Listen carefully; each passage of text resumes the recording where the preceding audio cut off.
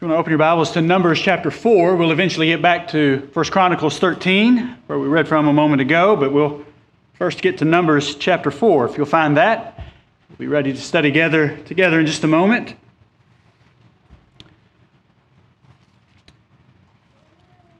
If God is pleased with what we offer to Him, then He meets every need that we have. And so let that be in our hearts and focus our minds tonight. If we serve Him and please Him, we have what we need. And then the fringe benefits of that in His design are many. We will be stirred up to love and good works. And that's what I need to get through this day. And that's what you and I will need through whatever time of life God gives to us. To keep our minds and our spiritual energy and attentiveness upon the hope that we just sang about. And being able to have that joy in every other lesser joy that we have, and in every sorrow that certainly comes to us in this life. I gave some thought to giving a report because of your help for my family in the work in Fairbanks. But if you don't know, I send a report out each month. It's just by email, and so there may not be a paper copy available. Gave you a little picture and glimpse this morning of the smoke in the city of Fairbanks, but it's not always that way. And so if you can come visit us, the picture over on the right is our dugout driveway this is actually back in March. There's still that much snow at that time of year. But if any of you can make your way to Fairbanks, that'll be one of the views out the window. We'd be happy to have you. And the other picture, my dad was with us recently in a gospel meeting, and so that gives you a little glimpse inside the meeting place there and a few of the people there. If you would like a copy of the report I just did on June, I could print that out this evening. And if you'd like to receive that each month through email, just let me know and I can add your name to that list. Be happy to do that. But with that or not, thank you for sustaining my family, and talk to my children and think often of the work that many of you do on a daily basis that allows the church here to continue, and then that which you share with us. And so thank you for your prayers and for your fellowship in every way. In Numbers chapter 4, among the many details as we think of when we look into this section and maybe Leviticus and some of Deuteronomy's, maybe we go through a Bible reading and we get to those chapters where it can be hard to keep our attention and focus because of the details. Here we have the details of God's instructions concerning the Ark of the Covenant. In the first section, we read some instructions to the family of Kohath.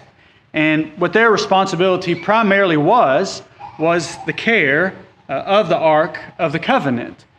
And so there's a variety of duties that are described there. Of course, the Ark stayed in the Holy of Holies, and it wasn't really seen by anyone except the high priest as he went in once a year.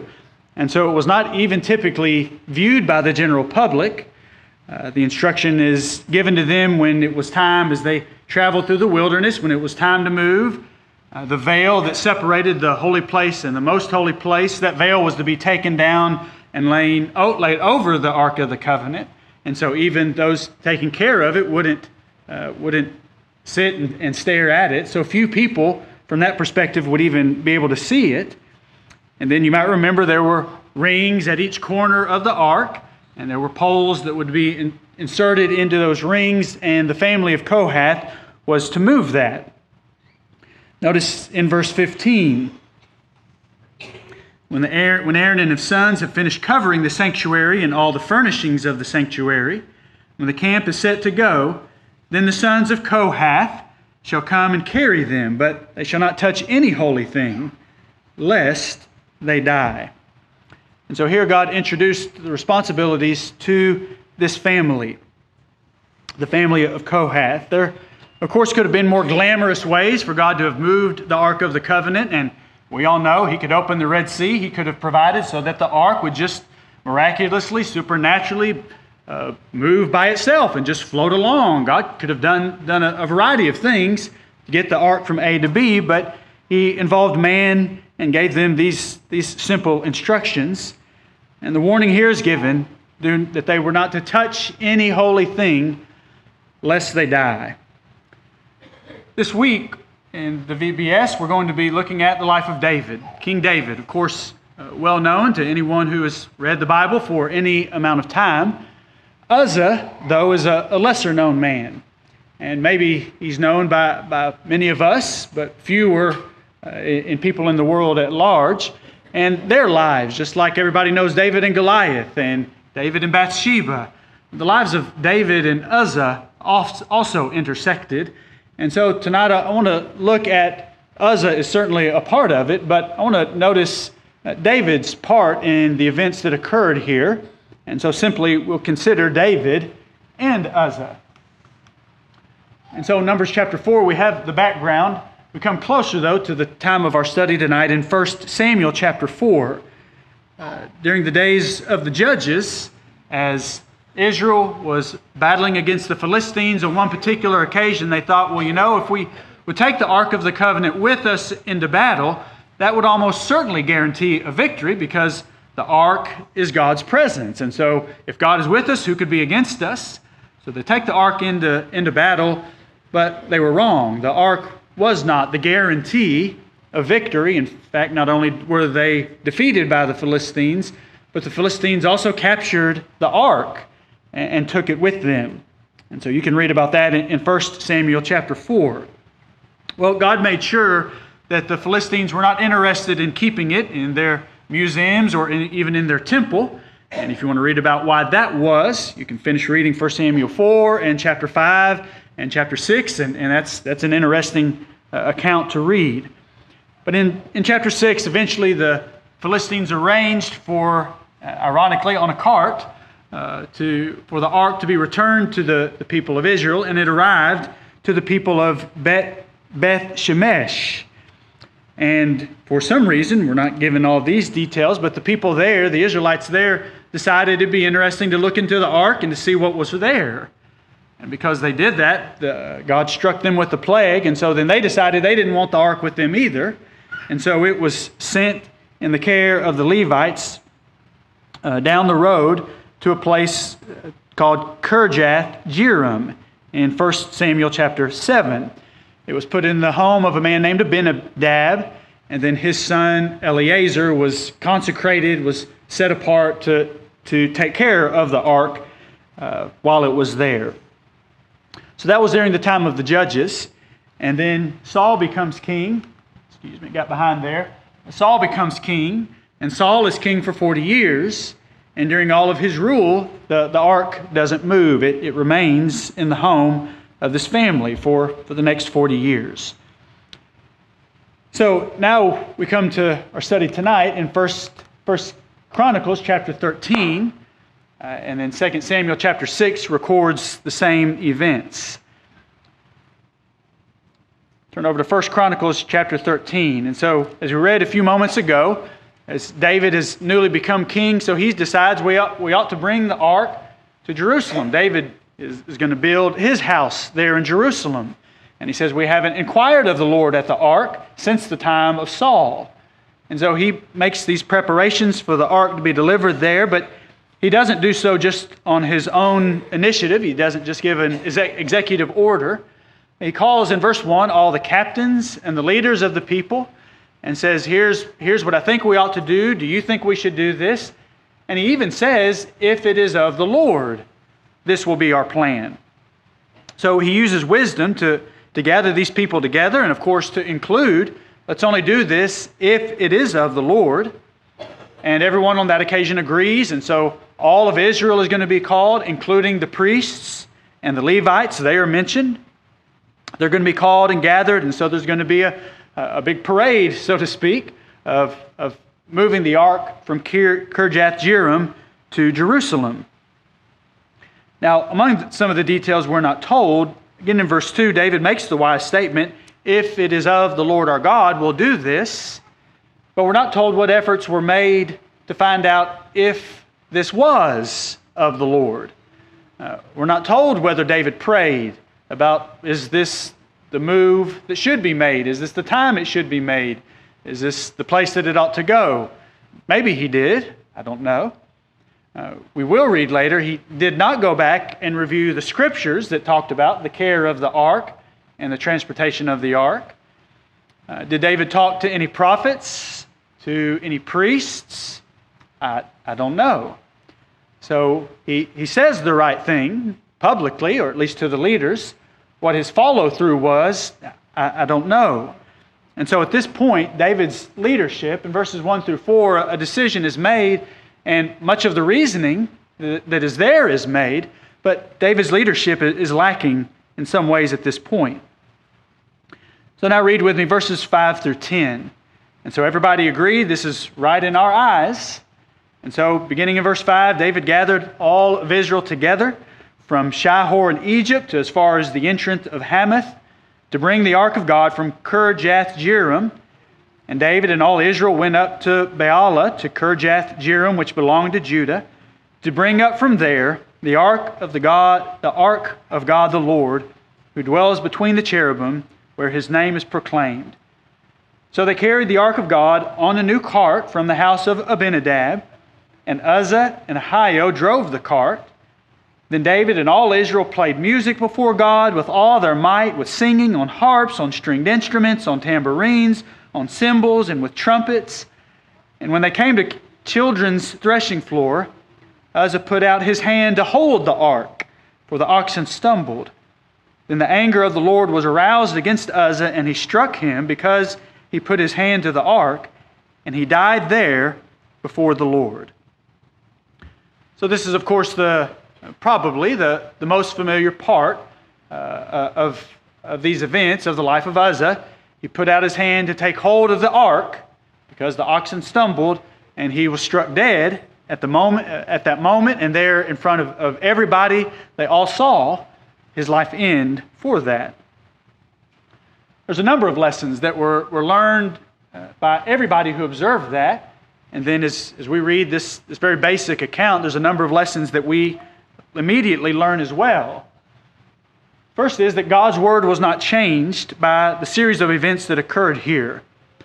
David had put his mark of approval on everything that was happening, but that didn't change what God said ought to be done.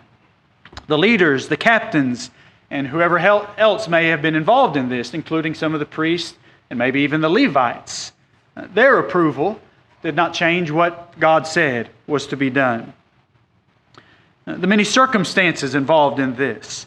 Did they have a good motivation and a good purpose for bringing it from Kirjath-jearim to Jerusalem?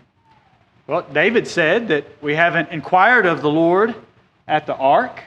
And so if he was bringing it to Jerusalem to make it more accessible so that they would go to God there, that's some good reasoning.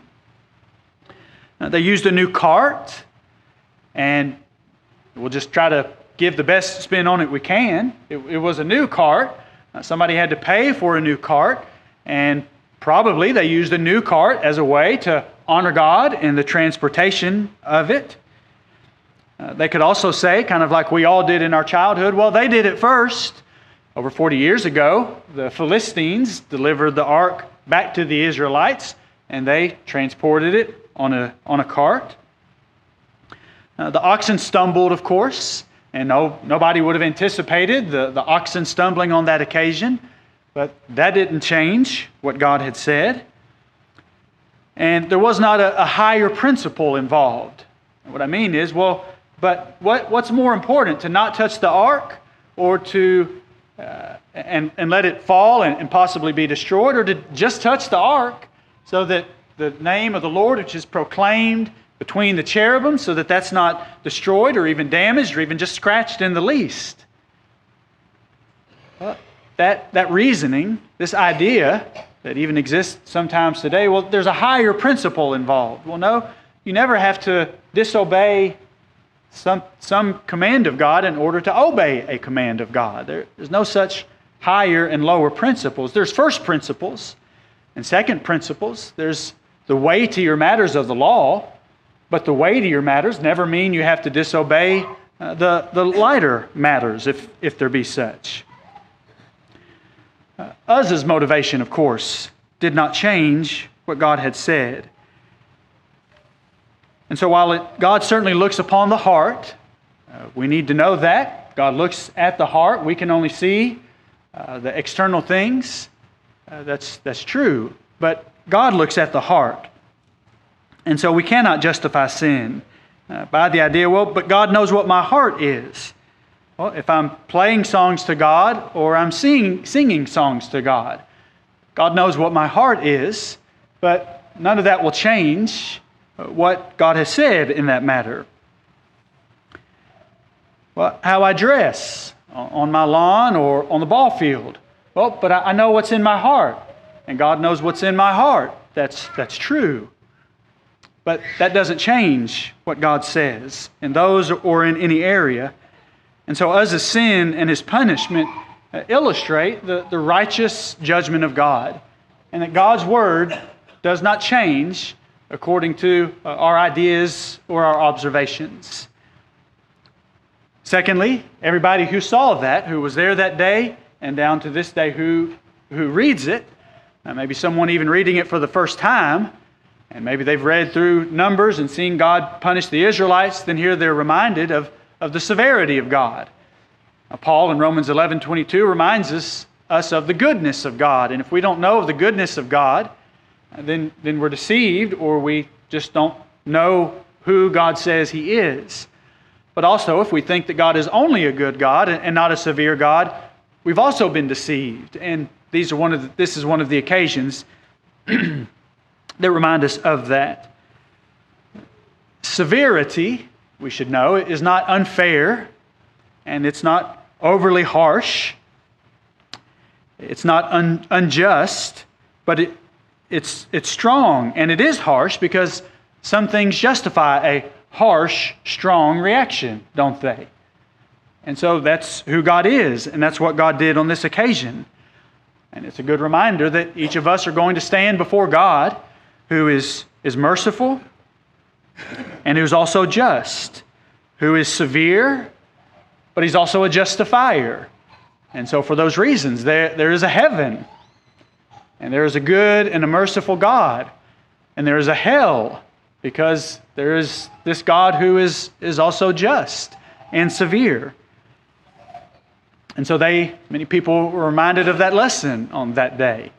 And here we are, thousands of years later, and just by this brief record of events, we're reminded of who God says that He is. One other lesson that they learned and that we can still learn today is that when there is sin, almost always there is sin that precedes the sin, or there is some weakness that precedes the sin. Let's think about what were some of the problems, some of the weaknesses that preceded what happened here. Well, we're told of no one who read what was written about the ark. At this time, of course, remember, they didn't have Genesis through Revelation. They didn't have Genesis through Malachi. They didn't even have Genesis through 1 Chronicles. They had 5 books that were written. Genesis, well, no, not even the 5 yet at the time that this was done. The book of Genesis and some others were in the process of being written. And the book of Numbers had been written. And so some of these instructions had been given. So it wasn't as though they even had 66 books to sort through and to find. But we're not told of anyone, David, or any of the captains, or the leaders, or even the priests, or the Levites, who read the instruction that God had given. We're not told of anyone who asked the leaders about what was written and about what the proper order was, as David describes it later. We're going to read that. No one who showed up on the day of the transportation asked a question about, well, there's a cart here. What's the cart for? And where are the poles? I'm not told of anybody asking David or the other leaders about that. Was Uzzah from the family of Kohath? I'm not really sure of the answer to that. But even if he was, and even if he had the right to be involved in the transportation of the ark, was there anyone else from the family of Kohath there? who said, well, Uzzah, you can be involved, but you need 3 other guys. And we don't need this ark. All we need is those 2 poles. We don't read of anyone bringing that up. Of course, we know and so here are some weaknesses that no one even asked, at least that we're told. And then, of course, the sin that preceded the sin of touching it was the ark was not carried by poles. I don't know how they got the ark onto the cart, but somebody saw these 4 rings at each corner, and surely, I hope, somebody would have known what they were for, or at least asked, hey, what are those rings for on that? It's a nice decoration maybe, but is that just a decoration? Somebody should have asked a question in the process of the ark being moved. And then, of course, the ark was put on the cart. So, sin. Turn to Mark chapter 7. Because Jesus teaches us the same lesson, that weakness or sin is going to precede sin. In Mark chapter 7, Jesus gives a list of things that originate in the heart. In Mark chapter 7, one of the many occasions, the majority of the time when Jesus rebuked the Pharisees or the religious leaders, most of the time they came to him and they accused him or tried to ask some trick question. And Jesus didn't have to go out of his way to be controversial. He just taught the truth, and when people came to him, he told them the truth. And so in a context of something that was arisen by them, verse 20, he said, what comes out of a man, that defiles a man. For from within, out of the heart of men, proceed evil thoughts, adulteries, fornications, murders, thefts, covetousness, wickedness, deceit, lewdness, an evil eye, blasphemy, pride, foolishness. All of these evil things come from within and defile a man. And so the majority of these things could be observed when they're practiced. But what Jesus said is the sin already happened before this sin happened. There was something in the heart that didn't belong there. Back in Matthew chapter 5, on another occasion, Jesus, instead of teaching in this kind of shotgun type lesson form where he just lists sin after sin in Matthew 5, he talks about one thing and gives a little more time and attention to it. In Matthew 5, verses 27 and 28, what's the sin that precedes the sin? You've heard that it was said to those of old, you shall not commit adultery. But I say to you that whoever looks at a woman to lust for her has already committed adultery with her in his heart. So what's the sin, the outward sin? Maybe the adultery. But he says before that, there was the looking, and the looking wasn't the sin, but it was the look for the purpose. Sometimes things are going to come across our field of vision we couldn't control, but did we keep watching and did we keep thinking? That's plaguing our nation.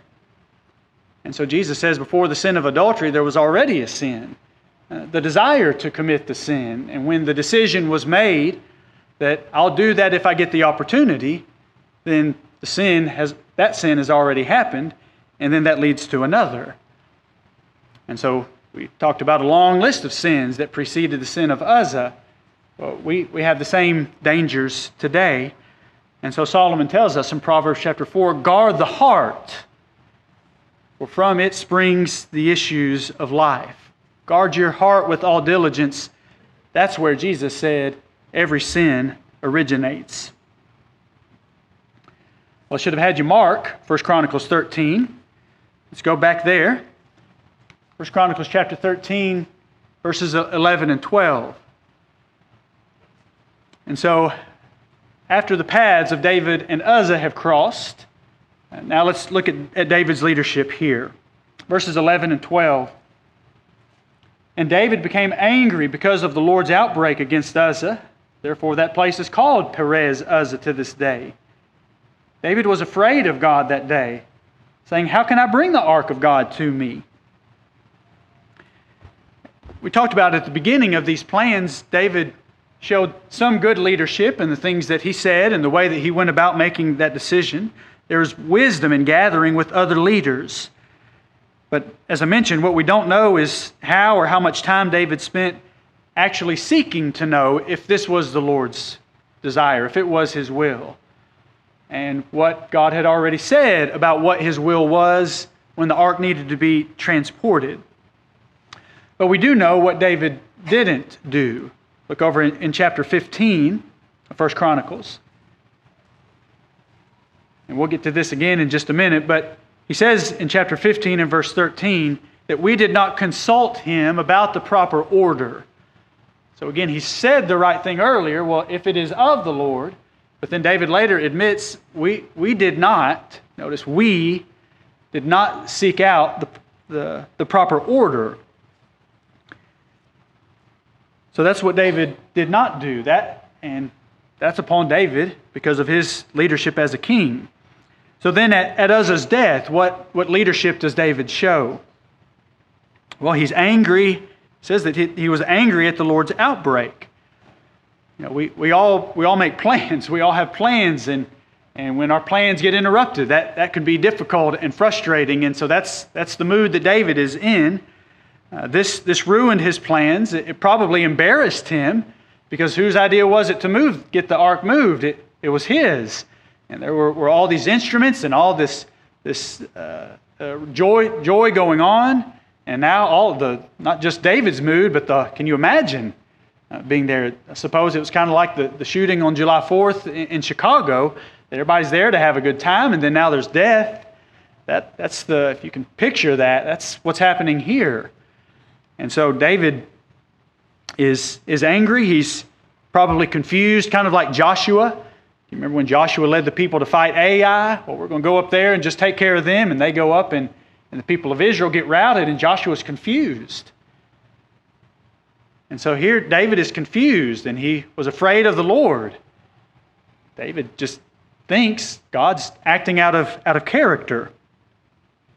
But of course the reason was there was sin in the camp, and David had not realized it yet. Well, now go over to chapter 15, and so they just decide we just have to leave the ark here and can't go on to Jerusalem. So some amount of time passes. David builds houses here in verses 1 through 4. He built houses for himself in the city of David, and he prepared a place for the ark of God. So we see his intentions, and pitched a tent for it. Then David said, "No one may carry the ark of God but the Levites, for the Lord has chosen them to carry the ark of God and to minister before him forever." And David gathered all Israel together at Jerusalem to bring up the ark of the Lord to its place which he had prepared for it. Then David assembled the children of Aaron and the Levites and of the sons of Kohath. So I'll stop there, and we'll come back to this in a minute. So now notice David's leadership. Before Uzzah, at the death of Uzzah, and now there's been some time that has passed, and again, we don't have every detail of what happened, but something happened here. Because David said, well, the Levites, they're supposed to carry the ark. So what happened in the meantime? I don't know. I could just say maybe he read the scriptures. Maybe he read the book we call the book of Numbers and got to what we call chapter 4. Maybe he went back to reading his Bible. Or maybe he prayed. And maybe prayer helped to call his mind back to some things that he already knew and that he had ignored or passed over for some other reason. Or maybe a prophet came and spoke to him. Or maybe some average Joe out of Israel came and spoke to him. Or maybe someone from the family of Kohath. I don't know. I don't know what it was, but something has changed here. And now we see David's leadership as a man who is after God's own heart. And of course, whatever that was that brought his mind back to where it ought to have been, of course he realizes, and we can realize whatever that was, if he had just done that, or if someone had just said that earlier, then I guess the book of First Chronicles would be about a chapter or two shorter. Everything would have gone well that day. The ark would have been in Jerusalem, and Uzzah would have been around to see that. But notice that David is no longer afraid of God, because now he understands he is partly to blame for what has happened. It's not that God broke out against Uzzah unjustly, and so he continues with his plans to honor God. Let's continue in verse 4. So he calls Aaron, the Levites, and of the sons of Kohath, Uriel, the chief, and 120 of his brethren. And then he calls some others. Go down to verses 12 and 13. He said to them, and I noticed as I was reading this back in verse 11, a couple of the Levites were named Joel and Eliel. I thought that was interesting. Two of my boys' names. He said to them, "You are the heads of the fathers' houses of the Levites. Sanctify yourselves, you and your brethren, that you may bring up the ark of the Lord God of Israel to the place I have prepared for it. For because you did not do it the first time, the Lord our God broke out against us, because we did not consult him about the proper order." So at first it sounds like David's blaming them. Well, because you didn't do it, this happened. But that's not what he's saying. He's saying because you who are the family of Kohath, because you were not the ones who carried it, and that's right. Because you didn't carry it, this happened. But why were they not the ones who carried it? David uses the word we. We did not consult him about the proper order.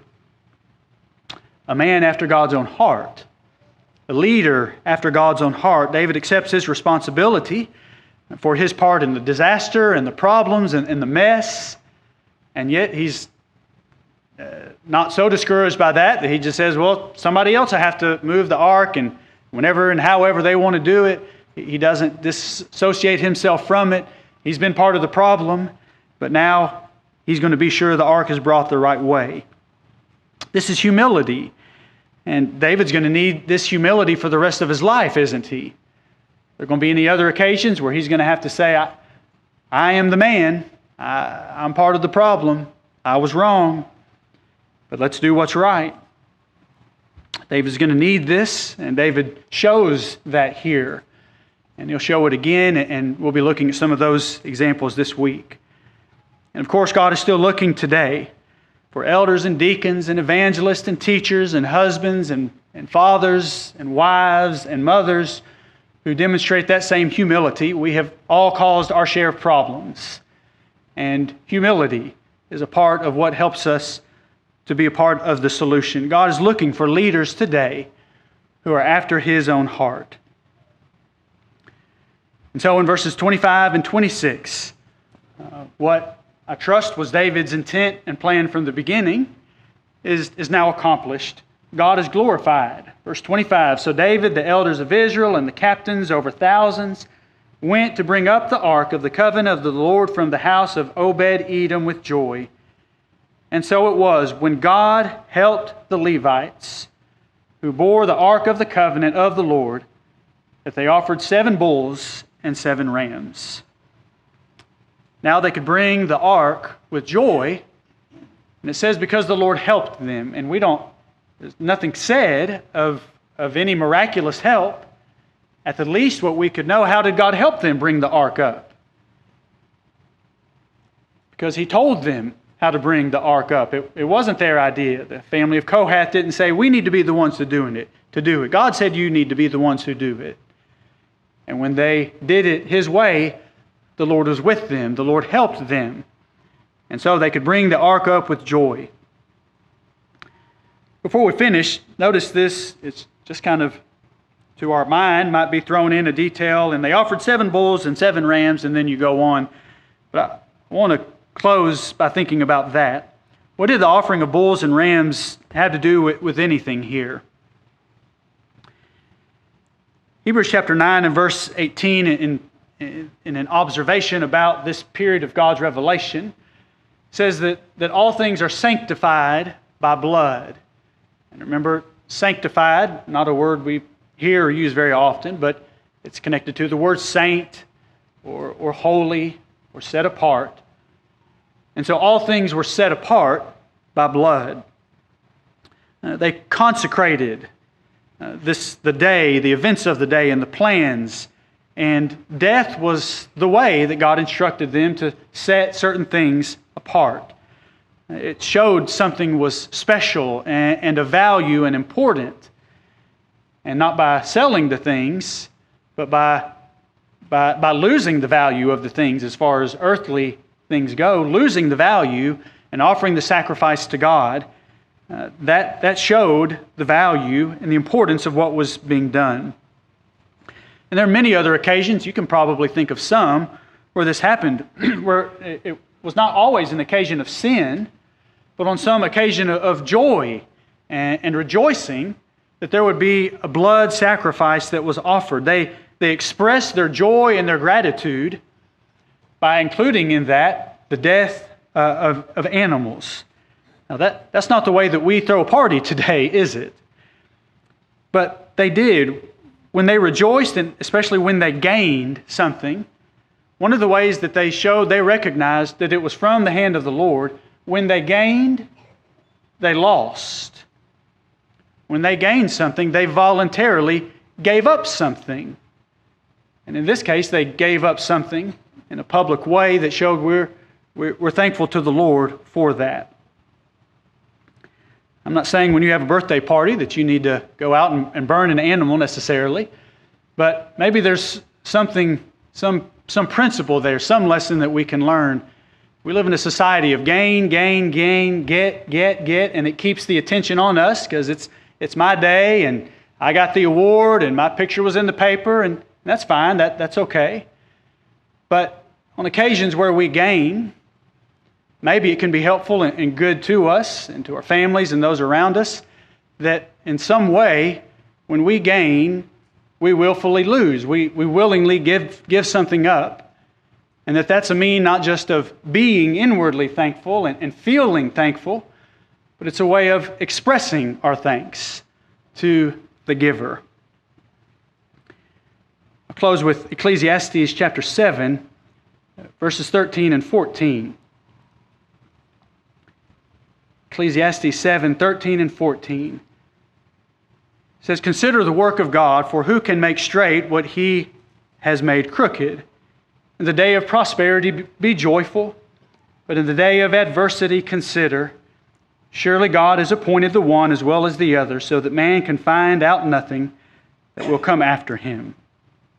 In success, find a way to keep your eyes, and in some way the eyes of others, on the God who gives that success.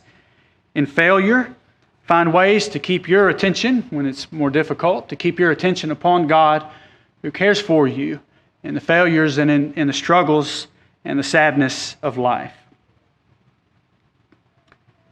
We all know David and Goliath, and David and Saul, and David and Bathsheba, and David and Nathan, and David and Solomon, and we're going to review some of those this week. David is known and Uzzah is known, but it's good for us to see how their lives cross in this way on a tragic occasion. But it's preserved for our learning, to give us an opportunity to be reminded of who God is and what God expects and how God views the way that we respond to who He is. Take out your songbooks and have that in your heart if there's been nothing else. God responds to how you respond to who He is and what He has said and what He has done. And we sing this song to urge you, if you're here tonight and you know that you're not a Christian, and you know that Jesus is the Christ, the Son of God, and because of that He died and gave His life for you, and you know your sins are the cause of that, if you're ready to leave those sins and by your faith to confess His name, and by your faith in the power and in the working of God to be baptized into Jesus Christ, He will keep His promises. As a Christian, you need to return to Him if you've turned away from Him. And we can stir you up again to serve Him with your heart and soul and mind and strength. If we can help you in this way, come forward and tell us how. And if you are, by the grace of God, who you ought to be, and sing this song with the determination to live by that faith until the day that you leave this earth. If we could help you in some way, come forward and tell us how. We stand.